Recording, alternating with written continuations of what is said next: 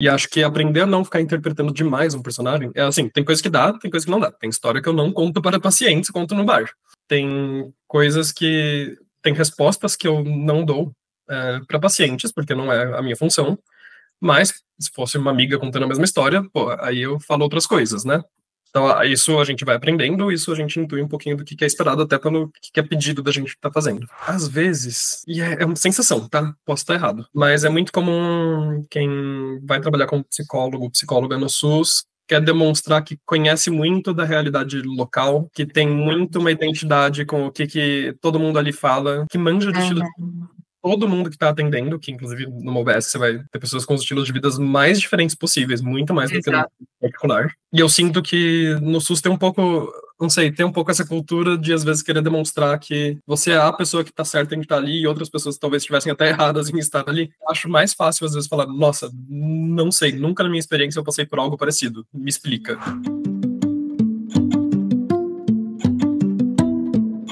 Olá, todas as pessoas que estão ouvindo aqui esse podcast. Bem-vindos a mais um episódio do Podguge de Psi para Psi. Hoje estamos muito felizes em receber o Matheus Abumansur, que é psicólogo, meu companheiro no Oré Coletivo Solidário também, da Paula, que já foi entrevistada aqui neste mesmo podcast. Matheus, muito bem-vindo, obrigada pela sua participação. E a gente começa geralmente pedindo para você se apresentar um pouco mais do seu jeito para o público. Tá. Eu acho que o meu nome é uma parte que já foi a parte mais coerente que eu tenho nas apresentações. Muda um pouco a depender do contexto, o que eu falo sobre mim. Mas acho que ser psicólogo e ser membro do coletivo já dizem bastante. Atualmente eu ando meio na dúvida o que dizer também, porque eu tô sempre metido em 20 projetos ao mesmo tempo. É, e aí, a depender do contexto, faz mais sentido falar uma coisa ou outra. Acho que atualmente faz bastante sentido falar doutorando também, porque acho que é a coisa que tem Uhum, ocupado mais tempo, se não mais nada. uhum, uhum. E bom, já aproveitando a deixa, você está hoje no doutorado, mas passou aí por um certo percurso de pós-graduação depois de se formar. Você fez residência, depois mestrado. Conta um pouco para a gente como foi esse caminho. Bom, eu terminei a graduação no final de 2014, então vão fazer 10 anos. Acho que oficialmente eu não posso mais falar que eu sou recentemente formado. É, Até uns 10 a gente ainda fica falando, né? Porque eu tenho uns 5 anos, eu me sinto recém-formada às vezes. é, eu sinto que eu fui expandindo. Eu achava que esse tempo duraria 3 anos, mas aí eu chegou no 3, eu achei que 5 ainda dava. É que nem o conceito de jovem tem se expandido, né? Mas conforme, acho que pelo menos para nossa geração, conforme ela envelhece, ela tem expandido esse conceito. É, Bom, eu terminei, aí eu fui fazer a residência. Eu fiquei com dúvida com muita coisa, na verdade, eu já entrei no mestrado, eu prestei, passei, né? Eu não cheguei a entrar, mas entrei no mestrado também. Eu priorizei a residência em relação ao mestrado, acho que principalmente por ser uma coisa mais prática. Eu não queria sair do mundo acadêmico, eu não queria sair da graduação, foi logo depois de uma escola, e aí depois de entrar no mestrado, que óbvio tem um lado muito prático, mas eu queria rodar, ver o mundo, trabalhar, de fato, estar com pessoas que não são estudantes e professores. É, Uhum. então, essa foi a grande prioridade para minha residência, e também por ser uma residência com temas que eu me identificava. Eu ainda não era tão próximo, mas tinha pelo menos aquela identidade teórica com a coisa, né? Não tinha Uhum. estagiado sequer na área, assim, mas era uma residência que tinha um pé muito forte, acho que é a mesma que a Paula, né, que já deu uma outra entrevista, fica a dica. É, então, já tinha um pé muito forte na economia solidária, no SUS, inclusive em como é gerido o SUS, né, na articulação entre serviços da rede de atenção psicossocial. É, Nesse quesito foi muito legal a residência. Eu saí, assim, é isso, quero trabalhar no SUS, passei por vários serviços, UBS, CAPS, pronto-socorro. O pronto-socorro foi o que eu não gostei muito, assim, mas Uhum. vários serviços, CAPS infantil, CAPS AD. E saí querendo trabalhar no SUS. Num momento em que, na verdade, as pessoas não entendiam e não conheciam, não reconheciam muito o que era residência, inclusive. Então, Jura? juro. Isso foi um momento que estavam abrindo, já tinha da Unicamp fazia mais tempo, mas eu fui a primeira turma, a primeira grupo, assim, a primeira turma da minha residência, por exemplo, e foi quando estavam surgindo várias outras residências multi, né, porque na medicina tem faz tempo, acho que na engenharia já teve um momento que existiu, não tenho nem certeza. Nossa. Mas posso estar falando besteira. Mas na psicologia chegava, assim, numa entrevista de emprego depois para o UBS ou CAPS, e eles falavam, então você não tem nenhuma experiência profissional. E eu falava, não, eu trabalhava 44 horas semanais no serviço, sabe? Era uma escala Sim, maior do que a dos funcionários contratados mesmo. Geralmente era sim. 30 FPS, por exemplo. Ei, você aí, tá gostando da entrevista? Não deixa de se inscrever no nosso canal, se inscreve no Spotify também, siga a gente lá nas redes sociais, @gudpsi, tá bom? Para você acompanhar tudo bem de pertinho. A gente tem boas novidades vindo por aí. Mais as horas de aula. Mais horas de aula, né? É uma... Realmente tinha época que passava na prática um pouquinho das 60 horas, né? Então era muito intenso. Mas aí contava-se como não tinha nenhum estudo, porque não contava como uma especialização, não é um mestrado. E também não era um trabalho de verdade, né? Porque a gente não era CLT, não tinha como comprovar. Mas aquele outro momento, eu acho que hoje em dia até as pessoas já estão mais acostumadas com a ideia de que existem mais residências multi. Hoje em dia eu vejo assim que é até um caminho bem comum. Ele tá mais Essas instituído. jornadas de psicologia. Ele tá mais instituído. Uhum. Mas enfim, isso é um pedaço da minha trajetória, um pedaço da minha trajetória em pós-graduações, né? Que foi por onde a gente chegou nisso. Eu saí, eu fui trabalhar no SUS, fiquei um tempinho, como eu falei, né? Até fiquei, acho que uns 2 anos até conseguir emprego formalmente no SUS, mas nesse tempo eu continuei fazendo coisinhas, porque é o que eu sempre faço. Então, uma coisa que eu tinha esquecido por muito tempo, eu tava lembrando esses dias, assim, eu coordenava, tocava, não sei. Toquei num grupo de samba, num CAPS, por um tempo, assim. Legal. Ficava um lugar meio de coordenação, mas eu não era nem funcionário oficial do CAPS, né? Era um acordo. Então, até ficava num lugar meio difícil. Não sei, eu era.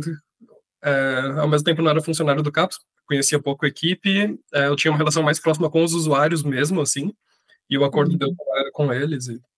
Era no CAPS, mas não eram nem todos os usuários do CAPS. Então, não sei, sinto que as fronteiras eram meio fluídas com isso.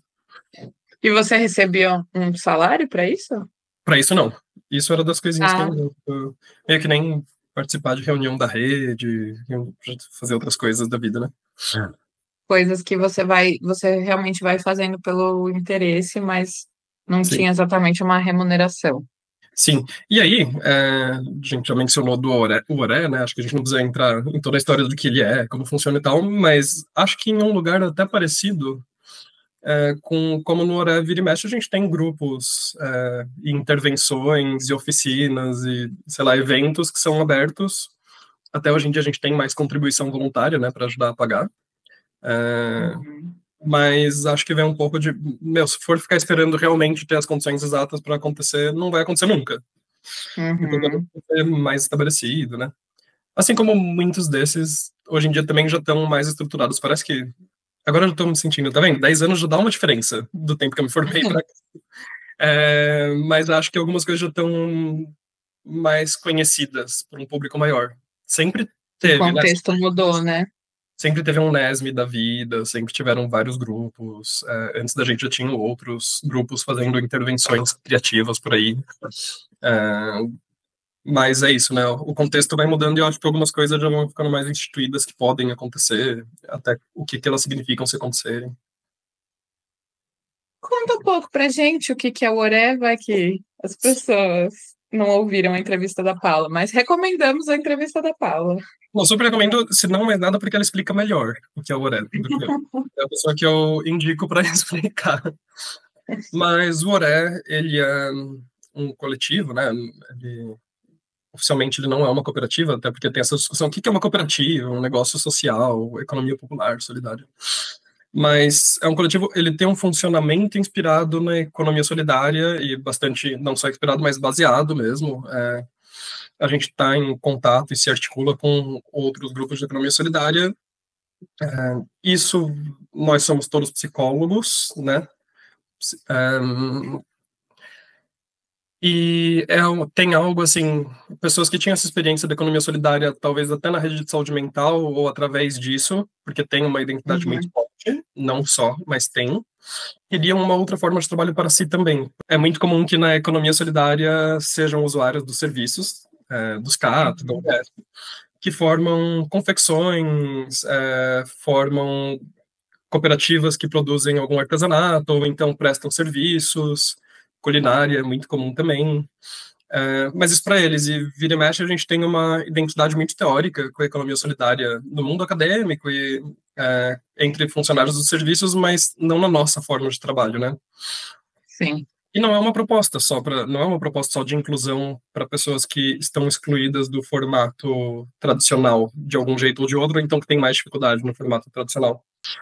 É uma proposta de um modo alternativo de trabalho mesmo. É, Sim. então, a gente construiu e foi fazendo aos pouquinhos, mudou muito de um momento para o outro, né, como funciona. E foi ficando mais estruturado também, porque no começo era muito o acordo de improviso do que precisava acontecer. Mas Uhum. é basicamente uma cooperativa de psicólogos. E cá estamos, Noré, hoje em dia. E cá estamos hoje em dia. E aí você passou esse período, então, até ser contratado oficialmente em uma... Foi uma UBS ou A em primeira CAPS? coisa que eu fui trabalhar, na verdade, foi na assistência. Foi um centro de acolhida. é, eu durei pouco tempo lá depois. Na verdade, eu saí no fim do período de experiência. Foram longas e longas histórias, assim, para isso acontecer. Mas, inclusive, o próprio serviço foi descredenciado pela prefeitura. Ele deixou de existir logo depois. Hum. Não eram as melhores condições nem de trabalho, nem de qualquer outra coisa que pudesse existir no serviço, assim. É isso que eu saberia dizer Nem para sobre. quem era acolhido lá, né? Nem para quem era acolhido, nem para, sei lá, qualquer outra articulação que alguém pudesse ter com o serviço. Mas esse foi um. Aí depois eu fui para CAPES, depois o BS. E aí teve um momento que estava rolando uma. Iam diminuir o projeto, como vira e mexe acontece, até excluírem o projeto no qual eu estava trabalhando ao longo de um ano, assim. Então estava rolando um programa de demissão voluntária, Sim. num momento em que eu resolvi que eu ia prestar mestrado. Então, Hum, senti que era veio bem. a calhar. Eu pedi demissão, pedi para entrar nisso, né, da demissão voluntária, é, já indicando meio o momento em que eu prestaria o mestrado, sendo muito otimista, mas eu acabei entrando.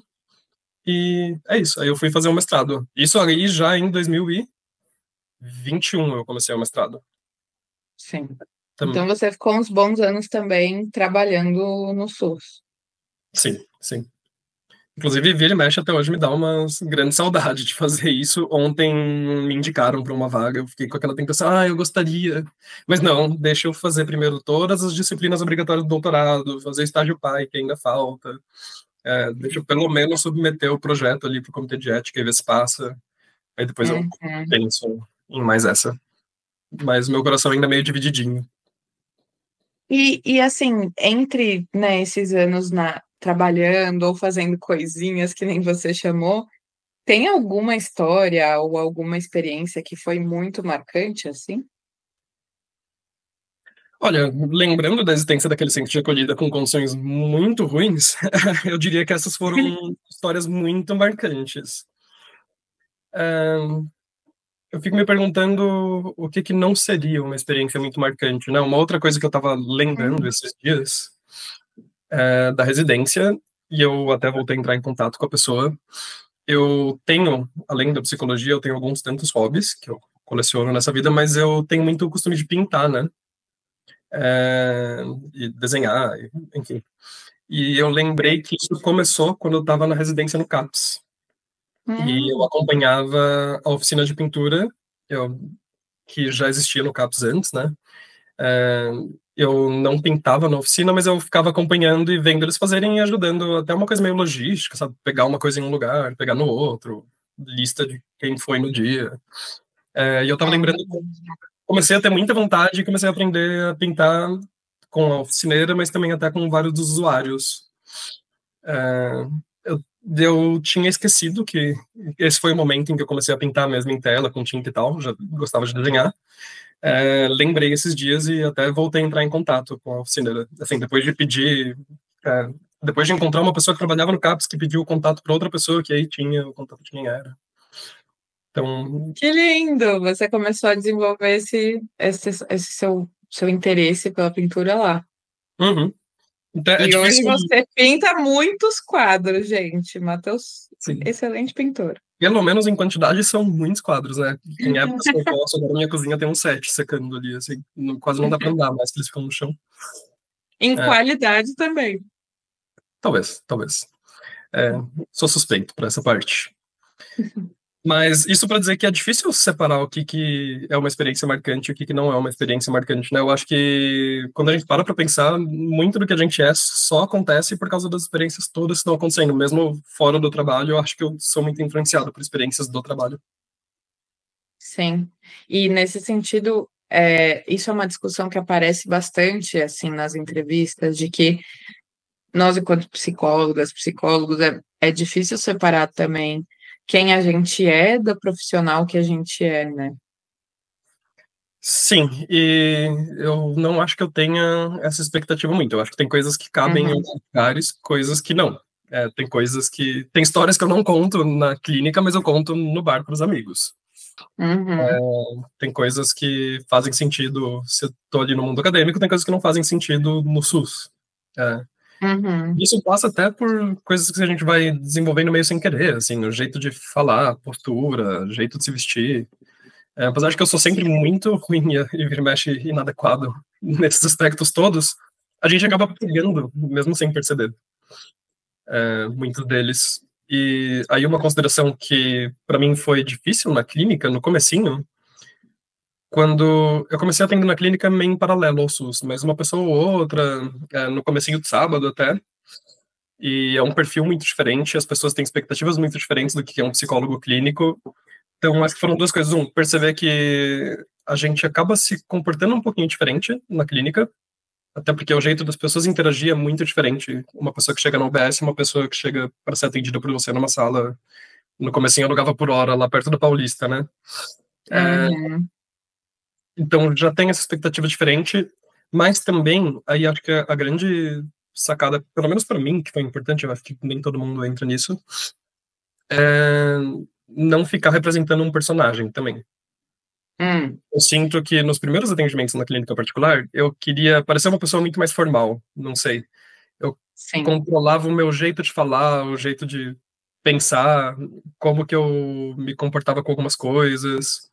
Acho que um pouco pelas pessoas que eu atendi nesse comecinho, que tinham também esse jeito, mas acho que também pela expectativa do com o que se parece um psicólogo clínico. Sim, esse ideal de psicólogo clínico que a gente tem. Sim, provavelmente uns 3 anos antes, acho que eu tinha passado o mesmo processo de sair da graduação e ir pro SUS na residência. Mas, E é, ter um ideal do que é um psicólogo da saúde também, por exemplo, vai. sim, muito derivado, eu acho, da experiência clínica, mais do que da experiência da educação, do RH, de qualquer outra coisa, né? Mas tem, Sim. com certeza tem. É, e acho que aprender a não ficar interpretando demais um personagem, é assim, tem coisa que dá, tem coisa que não dá. Tem história que eu não conto para pacientes, conto no bar. Sim. É, tem coisas que. Tem respostas que eu não dou para pacientes, porque não é a minha função. Mas, se fosse uma amiga contando a mesma história, pô, aí eu falo outras coisas, né? É, Uhum. então, isso a gente vai aprendendo, isso a gente intui um pouquinho do que é esperado, até pelo que é pedido da gente estar fazendo. Sim. E Mas, até com o vínculo com cada pessoa. Então, mesmo na clínica, com duas pessoas diferentes, às hum, vezes, sem perceber, a gente se comporta de jeitos muito diferentes. Ou no CAPS, com usuários diferentes, também o jeito de se relacionar é muito diferente, dependendo do vínculo. uhum. Sim, com certeza. O que é sincero. É isso, porque se a gente tá querendo contar muito o personagem, talvez a gente tenha um jeito muito mais engessado, e que não faz sentido pra pessoa nenhuma. E que não consegue estabelecer um vínculo com pessoa nenhuma, pra gente ter uma base comum de trocas, né? É, e eu acho que no SUS isso acontece bastante, já que a gente falou que existe isso no SUS. Eu tenho a sensação que, não só como na clínica, mas no SUS as pessoas, às vezes, e é uma sensação, tá? Posso estar errado. Mas é muito comum quem vai trabalhar como psicólogo, psicóloga no SUS, quer demonstrar que conhece muito da realidade local que tem muito uma identidade com o que todo mundo ali fala, que manja de estilo.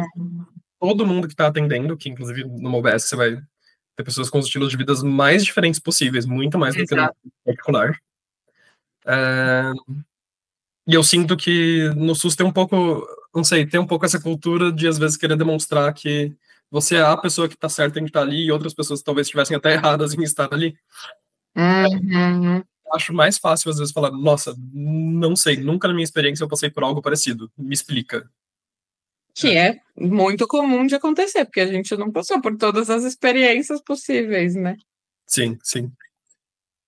Mas, enfim. Muito interessante. Aí você foi percebendo, assim, essas diferenciações na prática, com o tempo você foi sacando um pouco essas coisas.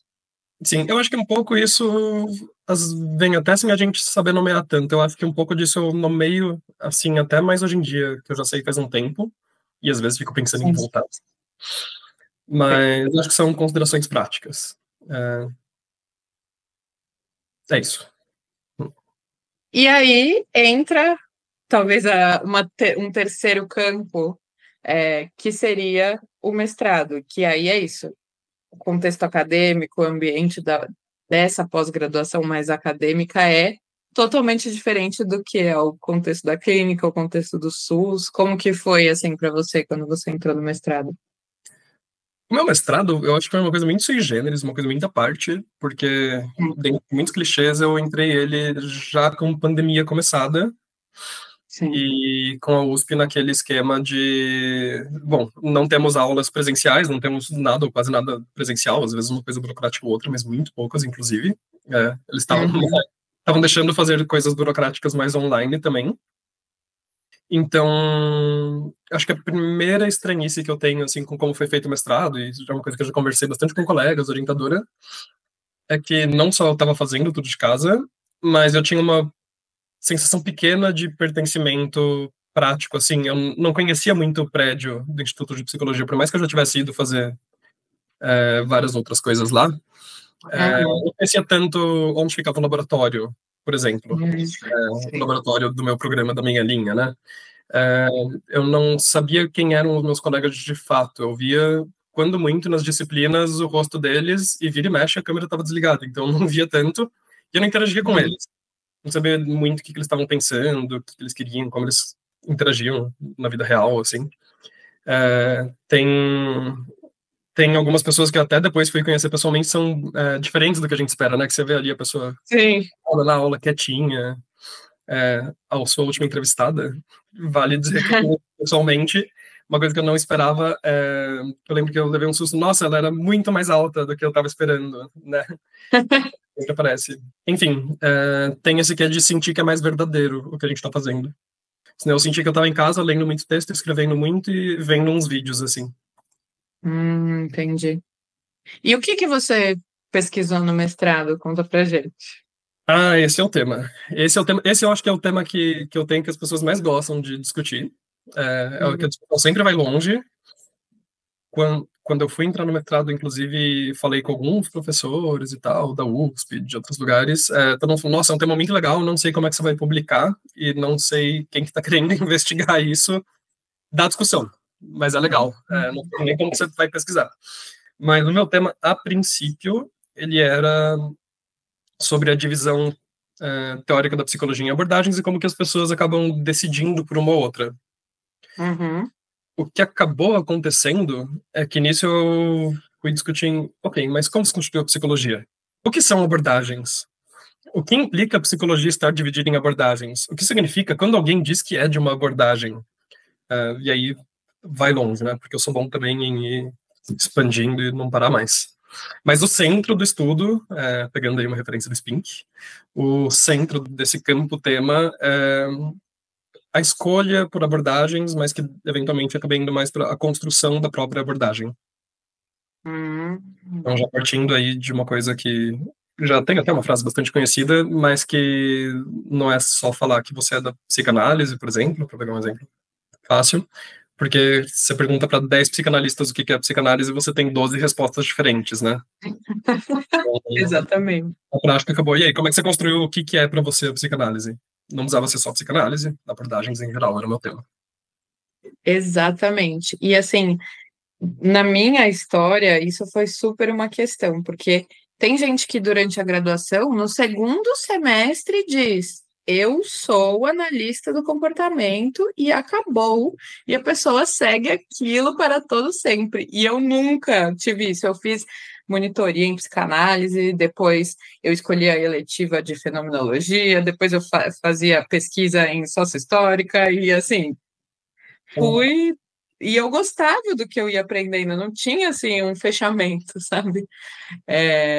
E até hoje em dia eu faço especialização em histórico-cultural, e eu digo que eu sou da psicologia histórico-cultural, porque as pessoas perguntam, às vezes mais pessoas que são da psicologia, as pessoas que a gente atende muitas vezes, pelo menos na minha experiência, não se interessam tanto, assim, não são tão aficionadas por saber isso, mas nós da psicologia a gente acaba perguntando. Mas eu sempre digo com tantas dúvidas, assim, de eu posso afirmar isso? Tenho meu selo de a minha carteirinha já foi liberada pelo Conselho de Histórico Cultural, sabe? E aí, não sei, o que você foi vendo, assim, ao longo da sua pesquisa? Eu acho que entre as primeiras coisas que eu fui vendo é que a gente não se enquadra totalmente e nem existe o que é um se enquadrar totalmente numa abordagem. Primeiro que todo mundo seleciona um pouco. Eu mesmo me reconheço como uma pessoa, não sei se sem abordagem, porque de qualquer jeito eu abordo temas que eu abordo na vida prática, né? Os temas se impõem e você tem que dar uma resposta. Mas acho que sem uma linha teórica definida, talvez, que seja um termo bom. Eu mesmo falo assim, geralmente tem que defender o porquê, o que isso significa, porque tem gente que acha um absurdo. A gente aprende, né, na graduação que é um absurdo. Isso não significa que eu estou atuando no achismo com tudo, né? Não significa nem sequer que eu não estude nada, que é também uma coisa que as pessoas acham. Isso significa, por exemplo, que não tem uma linha em que eu compro totalmente tudo que está nos preceitos básicos, e também nem tem uma linha em que eu fique dentro só dela. Sim. Na prática, isso é um jeito que eu me reconheço, porque aí se você vai conversar com junguianos, só para mudar o exemplo, que estava próximo, mas é muito comum que junguianos tenham ali uma influência da psicanálise e uma influência da Fenô. Sim. E às vezes aborda um pouco mais longe, mas é muito comum que qualquer um desses três tenha umas influências ou da comportamental, ou do cognitivismo, ou de qualquer outra coisa. Então as fronteiras elas são um pouco mais porosas do que a gente percebe, até o jeito que elas são constituídas. Sim. Até isso é uma coisa que a gente esquece, né? Talvez entre o exemplo do Jung, Fanon, Freud e tudo mais é mais fácil, mas esses teóricos, mesmo o Vygotsky, eles todos estavam lendo as obras uns dos outros, porque a gente lê teóricos de uma mesma época como fundadores das linhas teóricas, né? É, eles estavam lendo as obras uns dos outros, eles estavam respondendo uns aos outros, inclusive às vezes mudando de ideia. E temas que são estabelecidos, assim, a partir do momento que o Piaget tá falando do desenvolvimento infantil mais com a cara que ele tá falando, que ele não foi o primeiro, aí todo mundo tem que. Peraí, agora a gente vai ter que olhar essa coisa de desenvolvimento infantil e o que, que a gente acha disso e como a gente entende. É, Eles estavam quase que pensando juntos, literalmente, assim, construindo. O processo de construção desse conhecimento foi muito mais coletivo do que o que a gente aprende. A gente aprende totalmente em caixinhas, né? a gente aprende. Faz um sentido, às vezes, aprender em caixinhas, até para facilitar, entender que eu aprendo de uma vez como. Não sei se é o meu jeito favorito totalmente. Uhum. E faz um sentido até a gente olhar com aquela leitura que acho que é bastante clássica, que assim, Vygotsky escreveu assim por quê? Bom, ele estava ali no começo da União Soviética, mais estando no começo da União Soviética, ele tinha também tais influências idealistas que foram alguns problemas para ele em algum momento, é, mas ele estava em contato, ele fez parte da sociedade psicanalítica, não sei das quantas, ele estava em contato com isso, ao mesmo tempo ele estava comentando a partir desse lugar e tal. É, a gente não pode perder esse. Não sei, é que eu tenho uma tendência dialógica a ver o mundo, né? E Sim. dialética também. Mas não pode perder esse dialogismo de que as coisas estavam respondendo umas às outras e a demandas do contexto. Mas, inclusive, o nosso contexto brasileiro não é necessariamente nenhum desses. Pode ter coisas análogas com todos esses. Pode ter analogias com a Suíça do Piaget do começo do século passado, pode ter analogias com o começo da União Soviética, mas não é necessariamente nenhum desses, e não quer dizer que só por isso a gente joga todos eles fora, né? Sim. E nem que transpõe todos eles para cá. Nem que transpõe todos esses. Tá. E para isso, assim, você foi estudando todas as abordagens? Como foi, assim, o processo? Não. Eu nem sei quais são todas as abordagens, porque quanto mais vão surgindo outras, e às vezes o povo redescobre umas outras, assim. Eu não estudei todas as abordagens. Na verdade, teve uma parte prática essa pesquisa. É que eu acho que a parte que as pessoas gostam de discutir mais é essa parte mais teórica, que até deriva um pouco das entrevistas que eu fiz. Mas eu acho que mais do que estudar quais são as abordagens e qual a diferença de base entre todas elas, eu queria estudar como que as pessoas chegam nas abordagens. Na prática, foi uma pesquisa ideográfica, né? Então a ideia, em vez de estudar muita gente em muitos lugares, a gente estuda mais aprofundadamente uma ou duas pessoas, que no caso foram duas, faz uma entrevista maior e tal, e pega mais o contexto delas, para entender como elas foram parar no jeito que elas foram parar e quais processos elas estão passando agora, e qual o sentido que faz quando elas contam tudo agora. Então, calhou que, na verdade, as duas pessoas mais ou menos se reconheciam com a psicanálise. Só que um deles, ele tava nessa, ele com certeza era psicanalista, eu não sabia se ele já podia dizer que ele era lacaniano.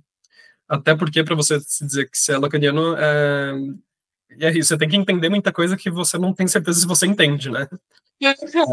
Começa já um pouco daí, tem todo tem instituições lacanianas na qual você faz parte, de certo modo, e existem algumas certas progressões, né, das coisas.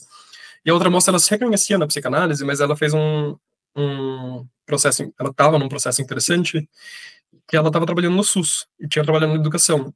E você trabalhar nesses lugares é muito diferente de trabalhar numa clínica ou numa sociedade, associação, seja lá o que for, de psicanálise, em que você tem colegas de uma mesma abordagem, em conjunto, interpretando os dados a partir dessa mesma abordagem, e pensando em intervenções dentro das intervenções típicas do que está sendo discutido nessa associação. No SUS, você vai ter colega de tudo, com todos os tipos possíveis de demanda que vão chegar, todas as facilidades e dificuldades que vão chegar, e às vezes tem intervenções propostas com limites muito diferentes, assim, né, que você não estabelece tanto quanto numa clínica particular.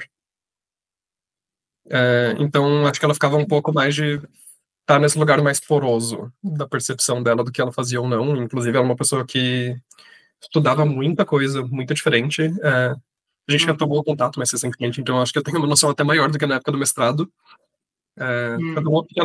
É isso, né? Ambas as pessoas eu já encontrei de novo na vida profissional, de um jeito ou de outro, assim. Porque as pessoas estão por aí, né? São atores.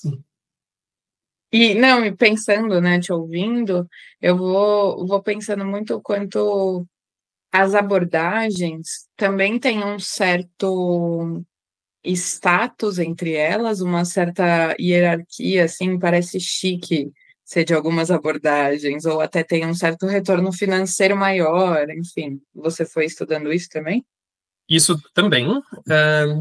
Eu acho que aí a gente sai até de um lado que as abordagens não têm uma diferença só teórica, e não só epistemológica, não só ética. Mas, para começar, as instituições na psicologia, elas são muito baseadas no fato da gente ter abordagens, geralmente. Mas, principalmente no Brasil e principalmente aqui em São Paulo. Em alguns lugares, por exemplo, nos Estados Unidos é tão dominante o cognitivismo e, para algumas outras coisas, algumas outras abordagens, mas também dominantes por áreas específicas de atuação que quase que não... É difícil ter essa discussão lá. Quando eu tenho essa discussão com alguém de língua inglesa, às vezes alguém que está no mundo mais de língua alemã, eles entendem que, não, o mundo teve um momento que a gente gostava de psicanálise, mas a gente evoluiu, foi para comportamental, evoluiu um pouco mais, foi para cognitivo. Jura? Evoluiu, assim, enquanto grupo, a psicologia. A psicologia... e essa é uma conversa que eu já tive, assim, muita gente de língua inglesa, muita gente de língua alemã, que pelo que eu entendi, eles também são bastante ligados, assim, mas posta... E tem exceções, tá? Não é todo mundo, não é 100%, Mas é uma conversa que eu já tive algumas tantas vezes com colegas, pesquisadores e pesquisadoras de outros lugares. É, então, tem essa visão, porque tem uma dominação tão grande de certas abordagens que as pessoas entendem, bom, isso aqui é o que tem uma validação científica, isso aqui é o que a gente sabe hoje em dia, já ultrapassamos.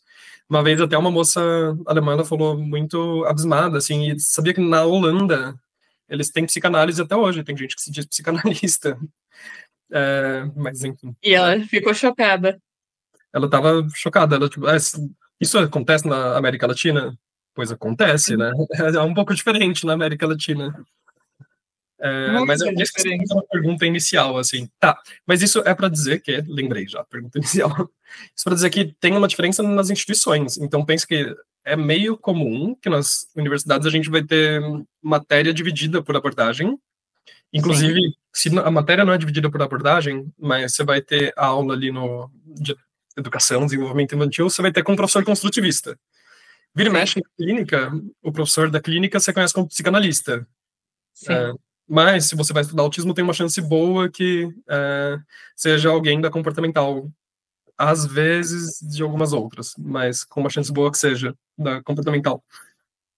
E a gente é muito, muito dividido, mesmo depois da formação. Tem as sociedades, tem as formações que a gente faz. É difícil você fazer uma formação, e isso é uma coisa que eu sinto falta. Isso é uma coisa que eu gostaria. Você vai fazer uma formação, por exemplo, em educação, não sei, psicologia, com intervenções de algum tipo tal. Você não vai passar por o que está dizendo um autor que vem de uma área, o que está dizendo outro autor de outra área, como a gente articula e por que a gente acredita em um ou outro e o que você pensa. Você vai passar por uma formação que ela traz mais assim, a gente tem esse acumulado de coisas nessa linha, e geralmente você vai para o instituto, sei lá, fenomenológico, behaviorista da coisa e aprende dentro dessa linha. Às vezes até com pouco, sem aprender tanto o que é criticado nessa linha e como que está sendo discutido e tal. A gente parou de institucionalmente ter espaços dessa discussão que existia mais no começo do século passado, ou até o começo do século passado, sobre como se faz a nossa ciência, como se atua, o que é o nosso objeto de estudo. E na sua visão, quais são as vantagens e desvantagens da gente ter esse método de ensino separado dessa forma? Olha, vantagens, eu acho que é ficar mais fácil mesmo de trazer tudo e contextualizar. Bom, então aqui eu tô falando a partir de um lugar behaviorista, ponto, sabe? Vamos primeiro ensinar tudo o que pensa-se dentro dessa escola, e aí a gente consegue ir construindo outras coisas e tal.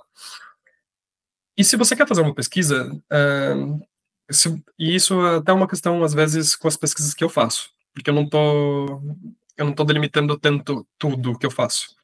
Mas se você quer fazer uma pesquisa, é mais fácil você falar, bom, estou fazendo uma pesquisa behaviorista. Esses são os meus pressupostos, é isso que eu espero que vocês entendam, é isso que eu espero que vocês concordem. A partir daqui eu consigo fazer uma pesquisa. A partir daqui eu consigo falar alguma coisa. Eu não preciso ficar convencendo todo mundo de tudo o que eu acho desde o começo.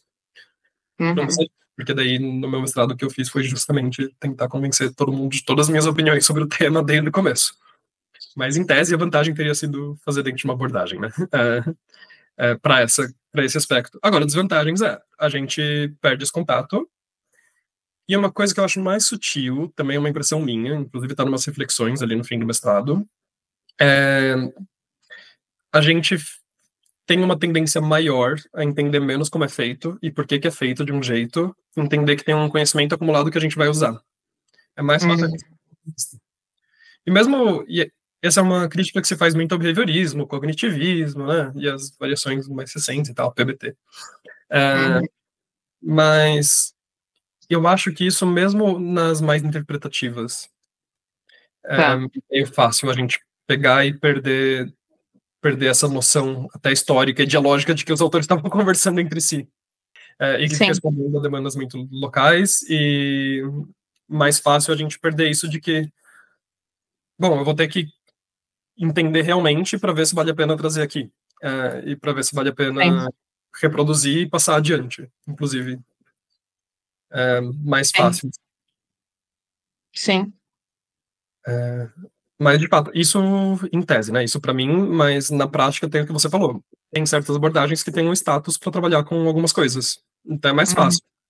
Ou então, se você quiser estudar religião, facilita a sua vida se você for junguiana. Tem muitos lugares junguianos estudando religião. Sim, é mais aceitável. É mais aceitável no mundo junguiano. Tem lugares que tem, inclusive, uma resistência muito grande a estudar religião, né? Sim. Então, acontece isso também.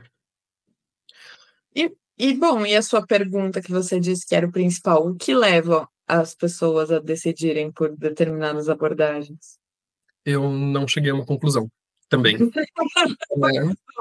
Eu acho que a coisa mais próxima, na verdade, o que eu mais fiz nesse mestrado foi lá, mas pensando bem, eu acho que tem essas outras 40 perguntas que eu vou colocar aqui de uma vez, que fazem Exato. sentido. Aí eu passava umas páginas respondendo elas, e aí, pensando bem, eu acho que a gente vai ter que derivar em outras 40 perguntas, que eu não sei se vou responder.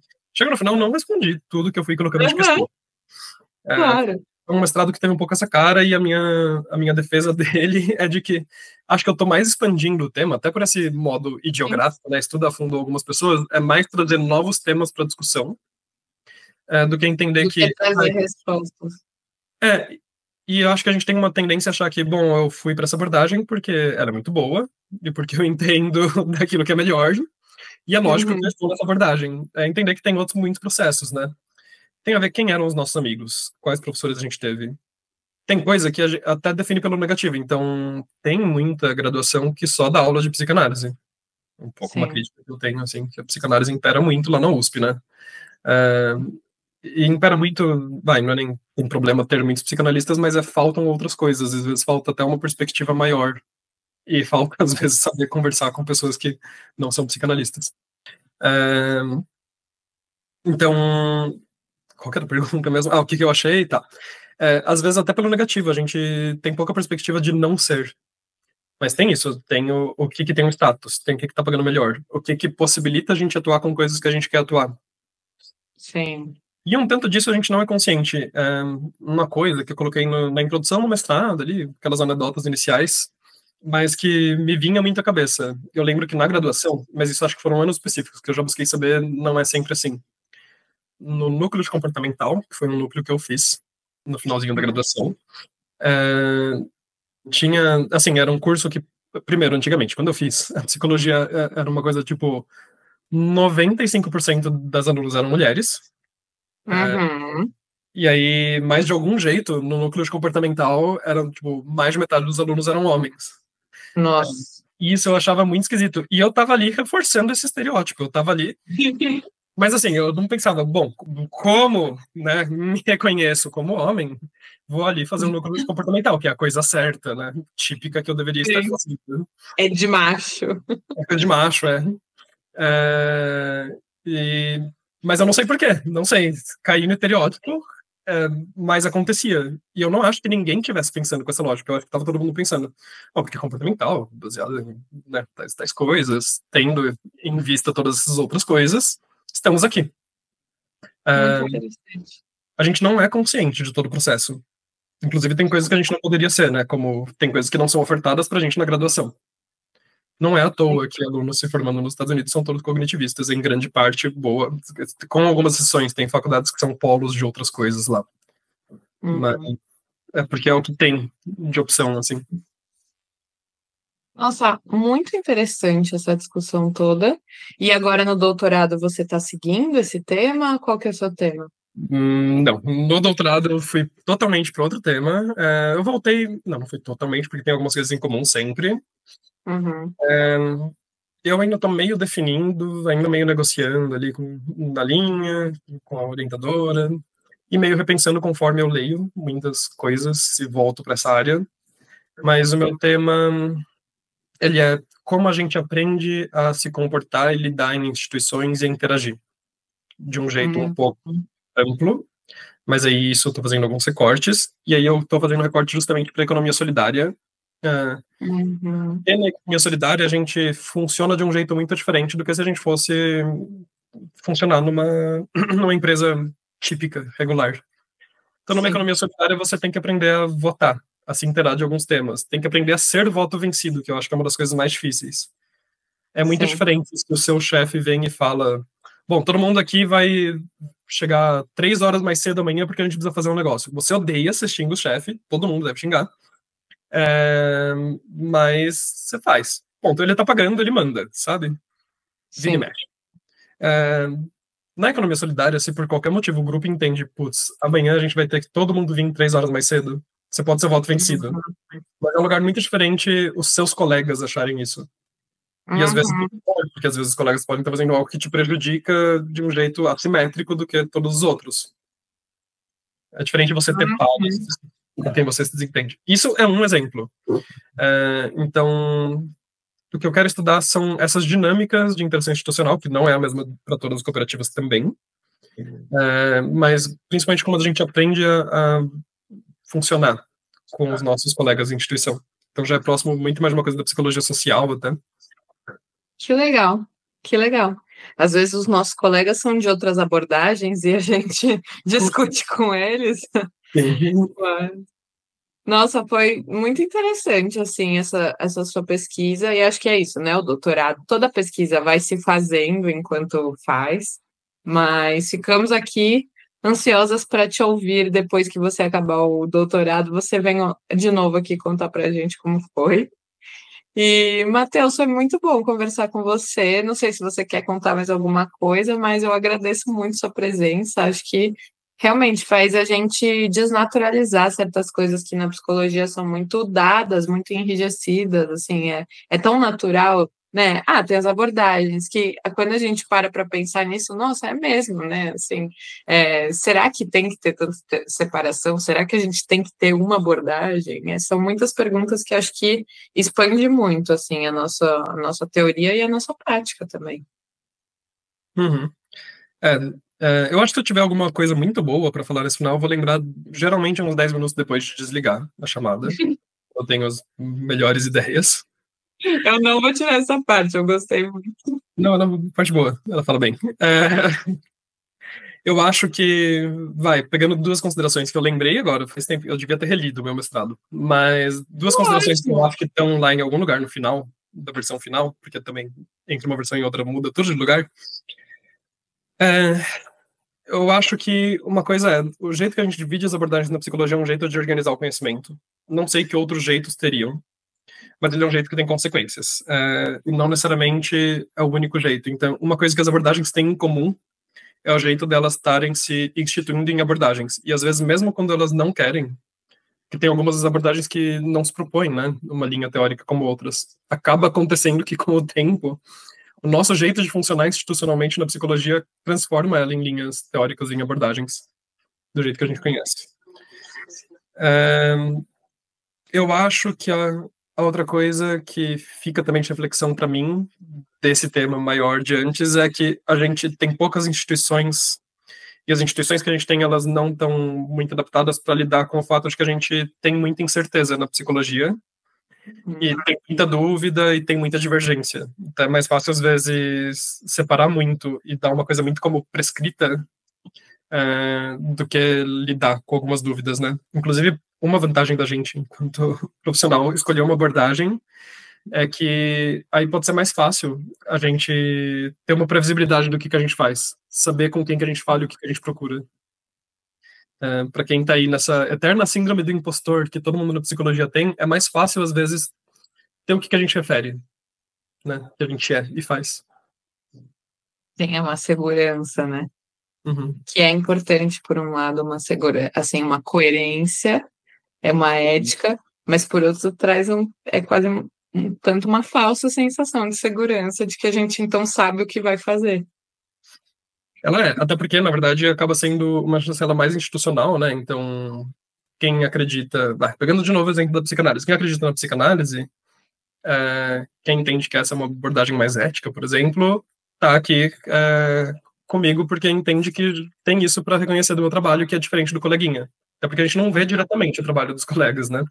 E às vezes é muito difícil mensurar o que tem de vantagem e desvantagem para cada um. Mas quem não acredita não vai vir comigo. Quem acha que a psicanálise não é baseada em evidências, por exemplo, vai preferir outras pessoas. Então é um jeito também de não ficar tão individual nessa negociação do que é certo, o que é errado. Mas enfim, reflexões que eu lembrei nesse finalzinho. Muito interessante mesmo. Acho que traz muita coisa para a gente pensar.